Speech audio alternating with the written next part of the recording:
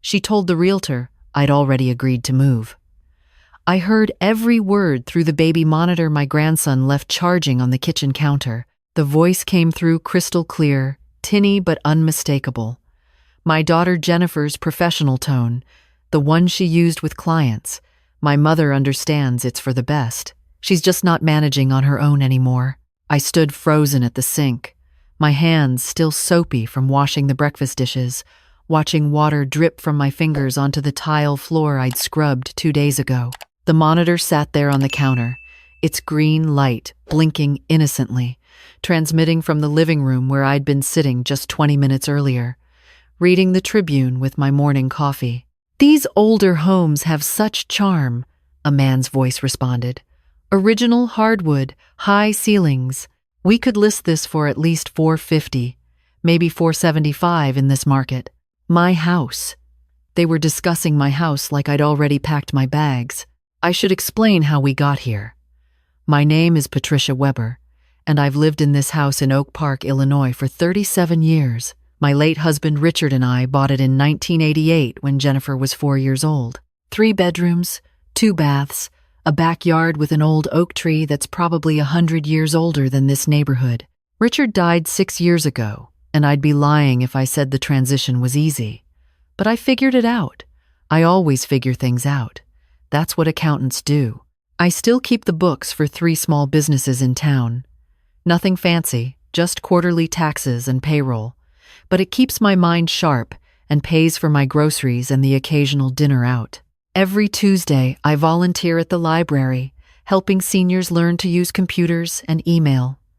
The irony isn't lost on me. Every Thursday, I have book club with the same 6 women I've known for 20 years. Every Sunday, I make dinner for whoever wants to come. Though lately, it's mostly been my grandson, Tyler, and occasionally his mother, my daughter, when she's not too busy. I cook. I clean. I pay my bills on time. I beat my neighbor Harold at Scrabble twice a month, and he beats me at chess. I can operate my smartphone better than most people half my age because I took that damn class at the library and actually paid attention. Last month, I figured out how to cast Netflix to my TV without calling Tyler for help. So why was my daughter telling a realtor I wasn't managing? "The community I'm looking at has 24-hour care," Jennifer continued. "Memory care if she needs it, though we're not there yet. But you know how these things progress. Memory care." My throat went tight. "What things? What was progressing? How soon are we talking?" the realtor asked. "I'd like to list by the end of the month, get ahead of the spring market. I've already started looking at facilities. 3 weeks. She'd given me 3 weeks before I even knew I was being evicted from my own life. I turned off the faucet slowly, carefully, like any sudden movement might alert them to my presence upstairs. My heart was hammering, but my hands were steady.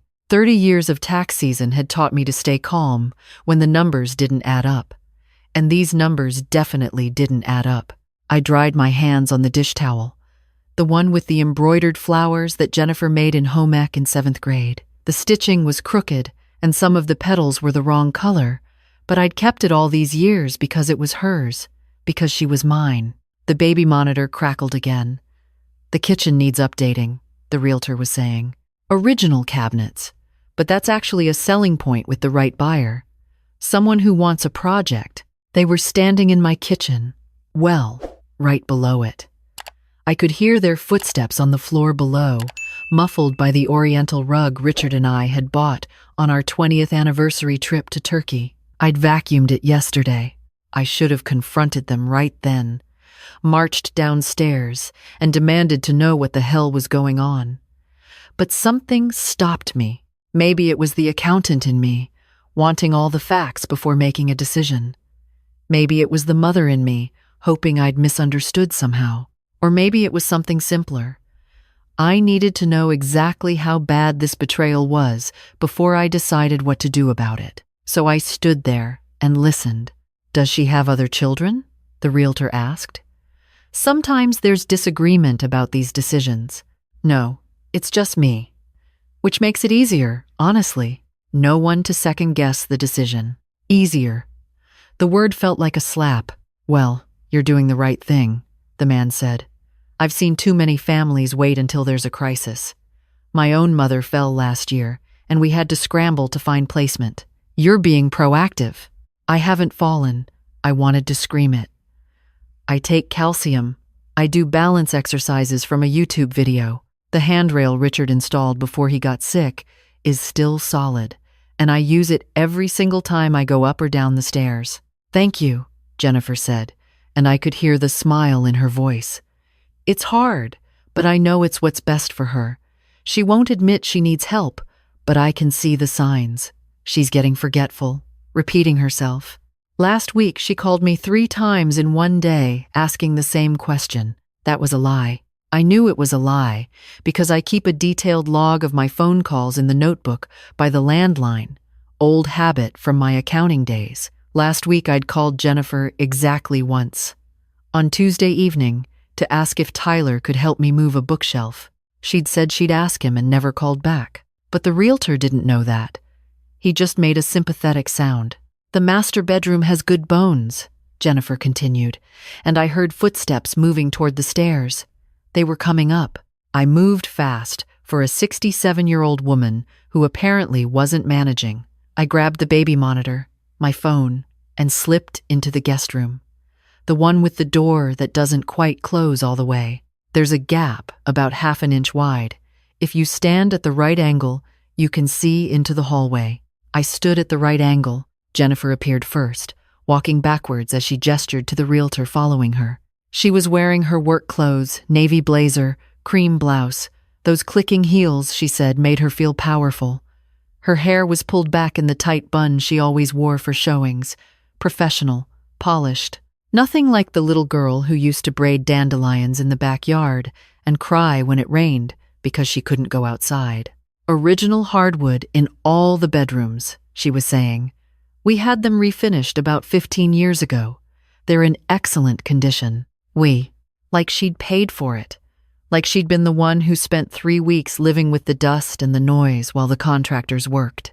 The realtor, tall, maybe 50, with silver hair and glasses, was taking notes on an iPad.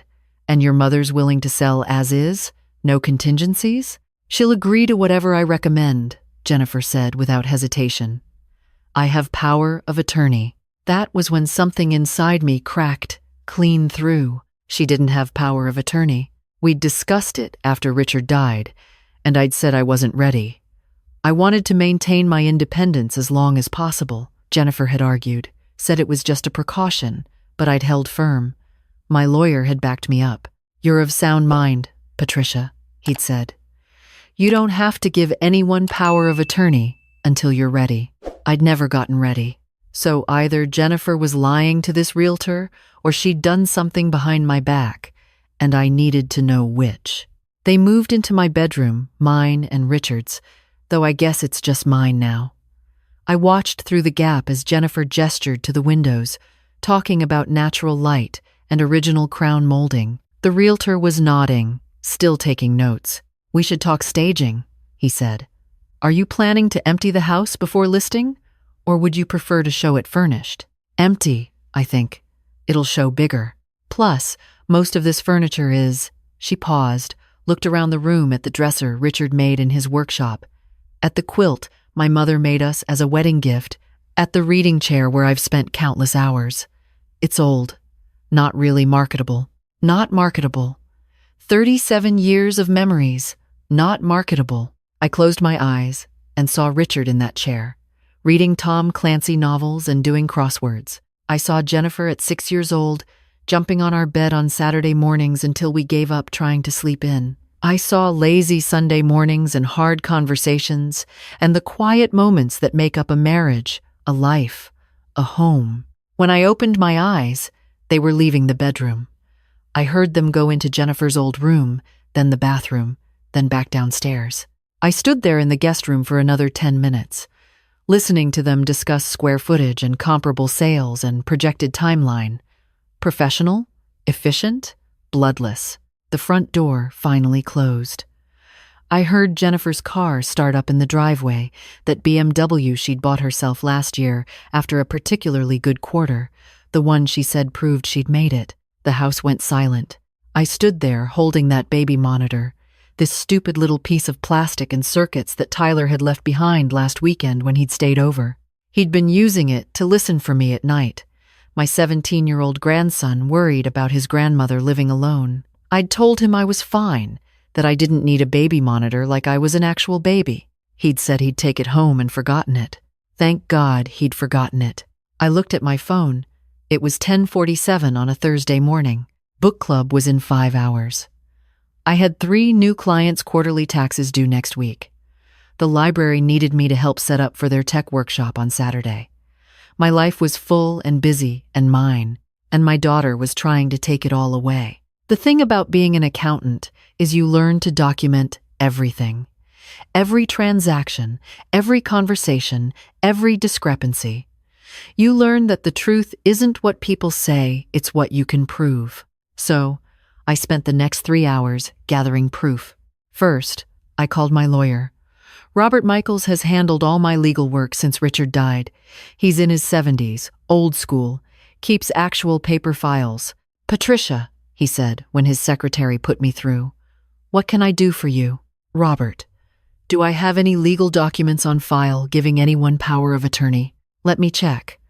I heard papers rustling. "No. We discussed it after Richard passed, but you declined.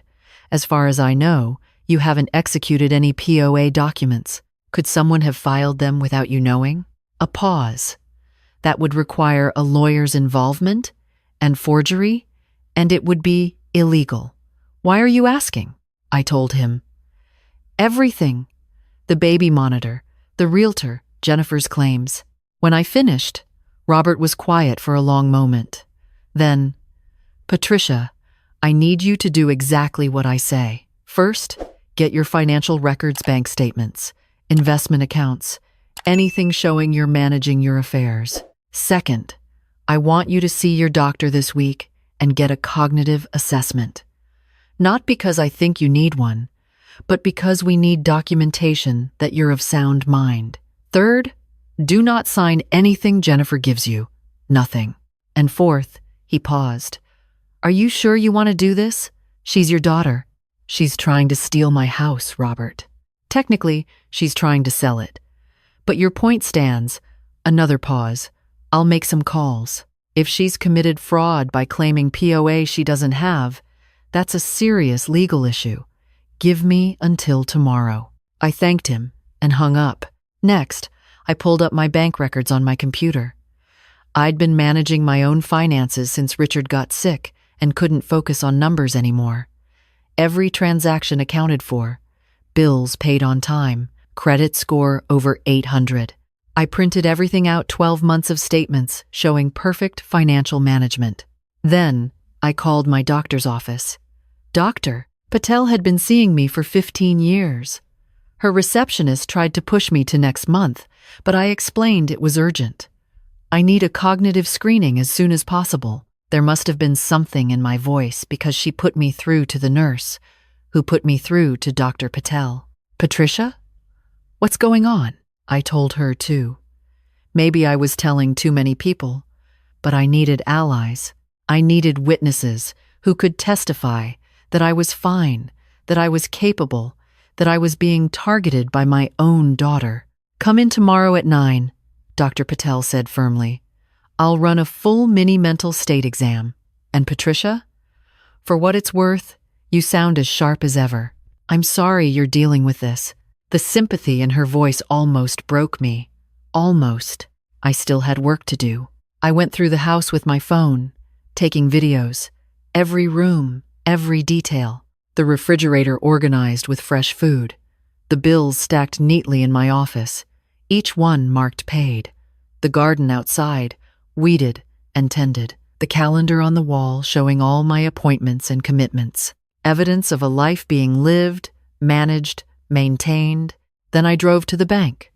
I needed to make absolutely sure Jennifer couldn't access my accounts. The branch manager, Susan, looked up when I walked in. "Mrs. Weber, how are you? I need to review who has access to my accounts." Her smile faltered. "Is everything okay?" "I'm taking preventive measures." We spent 40 minutes going through everything. No one had access but me. No one could make withdrawals or transfers.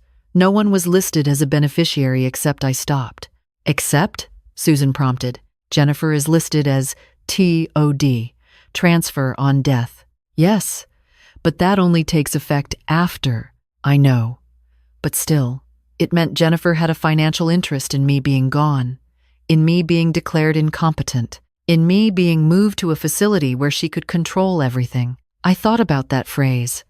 Basically already gone. Can we update that? I asked. The TOD designation? Of course. Who would you like to list?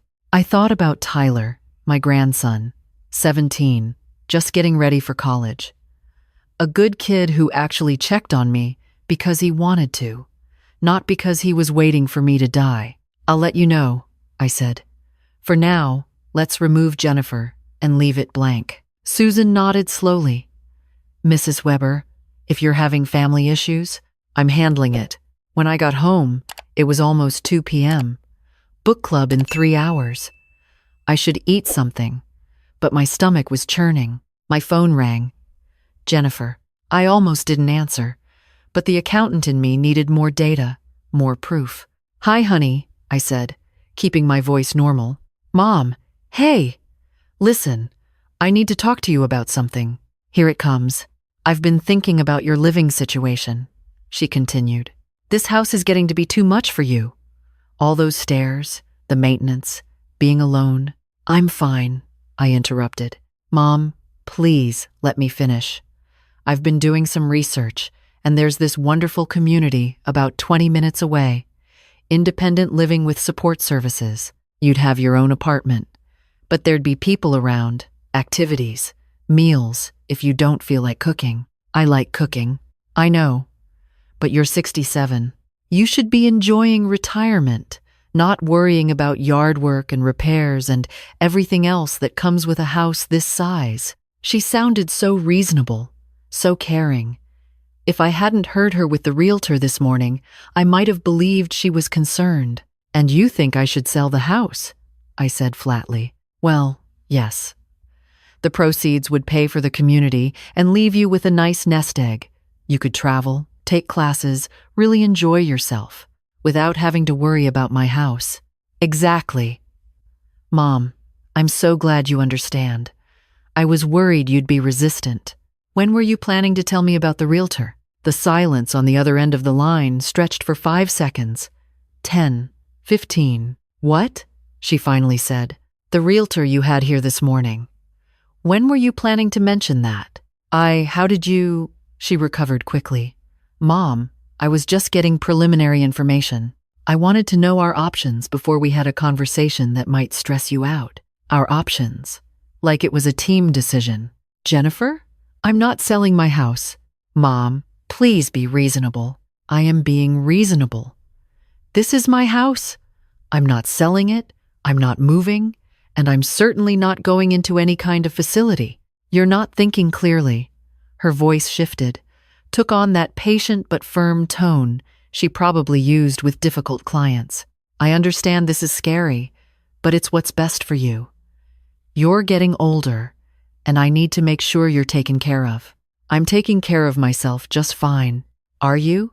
Because from where I'm standing? Where are you standing, Jennifer? I kept my voice level. Because you haven't been standing in this house or in my life except for the occasional Sunday dinner that you usually cancel.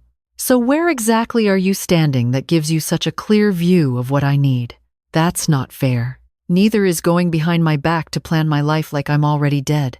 I'm trying to help you. By lying to realtors? By claiming you have power of attorney you don't actually have? Another long silence. Robert called you, she said finally. No, Jennifer. I called Robert, because I'm still capable of using a phone and managing my own affairs. Mom, listen. No, you listen. I'm not selling. I'm not moving. And if you try to force this, I will fight you with every legal tool I have. You're being ridiculous. Her voice had gone cold now. You're not thinking about what's practical. What happens when you do fall? When you do have a medical emergency and there's no one there to help you? I have friends. I have neighbors. I have my grandson who actually cares about me instead of just wanting my house. This isn't about the house. Then what's it about, Jennifer? She didn't answer right away. When she did, her voice was different, smaller. I can't keep worrying about you. Every time my phone rings, I think it's going to be the hospital. I think you've fallen, or you've had a stroke, or I can't live like this, Mom. I need to know you're safe. For just a moment, I almost felt bad for her. Almost? Then visit me, I said quietly. Call me. Be my daughter instead of my real estate agent. But don't you dare pretend this is about my well-being when you were discussing square footage and comparable sales before you ever talked to me. I hung up before she could respond. My hands were shaking. I sat down at the kitchen table, the same table where we'd had Christmas dinners and birthday parties and homework sessions. The same table where Richard and I had made our budget every month, where we'd planned Jennifer's college education, where we'd drunk coffee together on countless Sunday mornings. The baby monitor was still sitting on the counter. I picked it up and looked at it for a long time. Then I texted Tyler. Can you come over after school tomorrow? I need your help with something. He texted back immediately. Everything okay, Grandma? It will be. Book club that evening was at Margaret's house.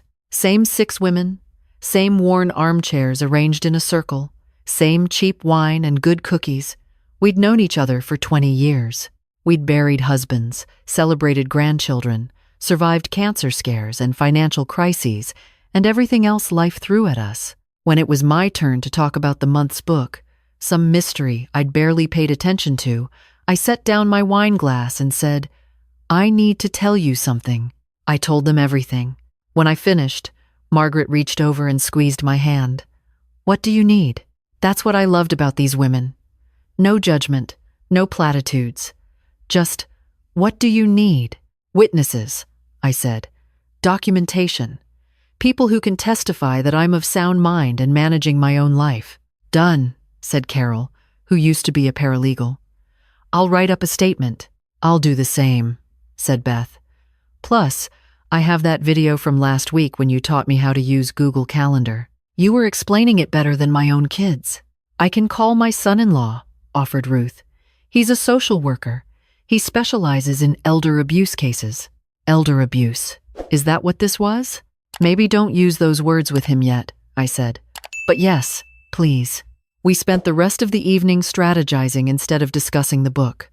By the time I left at 9 p.m., I had a plan, a support team, and a renewed sense of righteous anger. When I got home, there were 3 missed calls from Jennifer. I didn't listen to the voicemails. Friday morning, I was in Dr. Patel's office at 9 a.m. sharp. She ran me through the mini mental state exam basic questions about date, location, memory recall, simple math. I aced it. Of course I aced it. Patricia, you scored 30 out of 30, Dr. Patel said, making notes in my chart. That's perfect. Your cognitive function is completely normal for your age.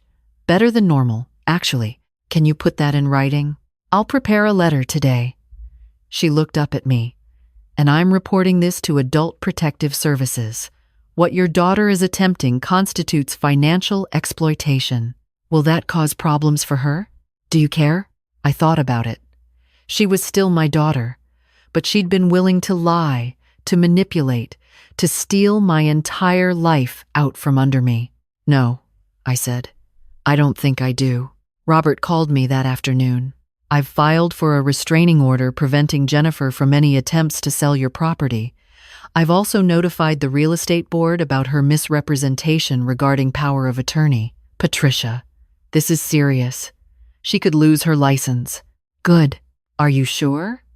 This will damage your relationship permanently. Robert, the relationship was damaged the moment she decided I was basically already gone. That phrase again. I couldn't get it out of my head. Saturday afternoon, Tyler came over as promised. I made us grilled cheese sandwiches, his favorite since he was little, and we sat at the kitchen table. Grandma, what's going on? He asked. Mom's been weird all week, I told him. His face went through several emotions: shock, anger, disbelief, more anger. That's insane, he said finally.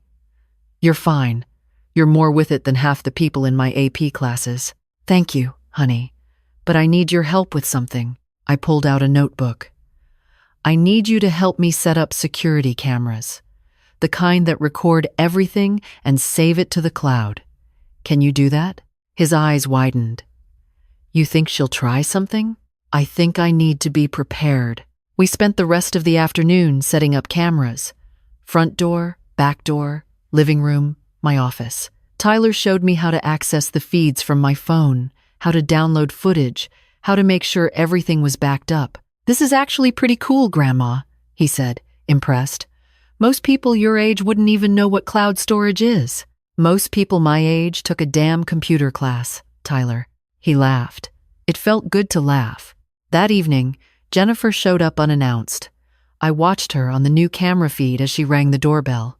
She rang again, a third time. I didn't answer. Finally, she yelled through the door.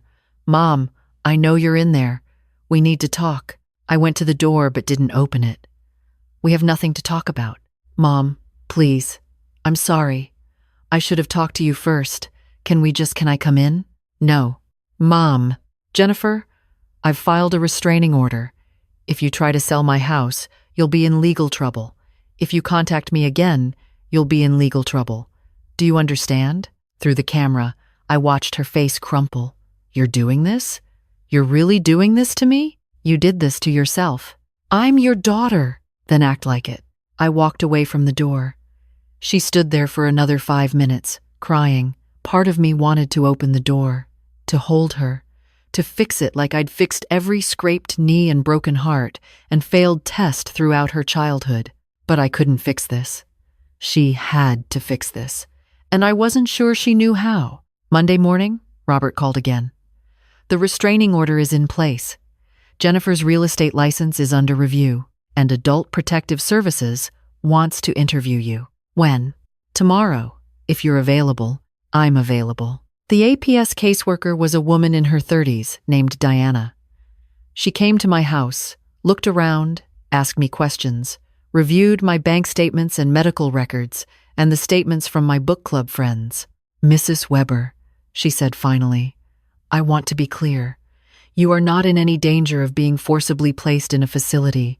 You're demonstrably capable of caring for yourself.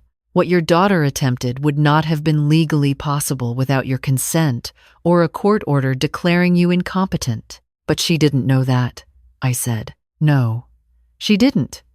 And that's concerning. It suggests she was either willfully ignorant of the legal requirements or she was planning to forge your consent somehow. What happens now? We're opening an investigation. Given your documentation and the evidence you've provided, I expect we'll close it quickly with no action needed on your end. But we will be contacting your daughter. Will she get in trouble? Diana looked at me carefully. Do you want her to? Everyone kept asking me that. Like I was supposed to protect her just because I'd given birth to her. Like being a mother meant enabling my own exploitation. I want her to understand that what she did was wrong, I said slowly. Whether that means trouble or just a wake-up call, I'll leave that to you. Diana nodded. Fair enough. After she left, I sat in my living room, in my house, and let myself feel it all. The betrayal, the anger, the sadness, the relief that I'd caught it in time. The grief for the relationship I thought I'd had with my daughter. Tyler came over that evening with pizza. We ate it in front of the TV, watching some action movie he'd been wanting to see. He didn't ask about his mother. I didn't offer. At the end of the movie, he turned to me. Grandma? Can I ask you something? Of course. Are you okay? Like, really okay? I thought about it. Was I okay? My daughter had tried to steal my life. We probably wouldn't speak again for months, maybe years. Everything between us was broken. But I was in my house. My name was on the deed. My money was in my accounts. My life was still my own. Yeah, I said. I think I really am. He hugged me then, this almost man, who was still young enough to hug his grandmother without embarrassment. I'm proud of you, he whispered. That made me cry. Not the betrayal, not the legal fight, not any of it. Just those 4 words from my grandson made me cry. "I'm proud of me too," I said. 3 weeks later, Jennifer sent me an email. Not a phone call, not a visit. An email. "Mom, I'm sorry. I know you don't believe me, but I am. I was scared. Dad's death scared me, and the thought of losing you scared me, and I handled it badly. I should have talked to you. I should have trusted you. I was wrong." I read it 3 times. It sounded sincere. It probably was sincere, but it didn't change what she'd done. I didn't respond right away. I let it sit in my inbox for a week while I went about my life. Book club, client work, library volunteering, dinner with Harold where I finally beat him at chess and he complained I was getting too good. Normal, boring, beautiful routine. Finally, I wrote back, "I accept your apology. But I'm not ready to see you. When I am, I'll let you know. Until then, please respect my space." She replied immediately, "I understand. I love you, Mom." I closed the email without responding to that part. Love wasn't the issue. Love had never been the issue. Trust was the issue. And trust takes time to rebuild, if it can be rebuilt at all. But here's what I know now. What I learned from all of this. I'm not basically already gone. Not even close. I have more years in me. Good years. Active years. Years where I make my own decisions and live my own life. And no one, not even my own daughter, gets to take that away from me. I still have that baby monitor. I keep it on my kitchen counter, a reminder. Tyler thinks it's funny. "Your secret weapon, Grandma." Maybe it is. Or maybe the secret weapon was always just me, knowing my worth, refusing to disappear just because someone else couldn't see me anymore. I'm 67 years old. I'm not gone.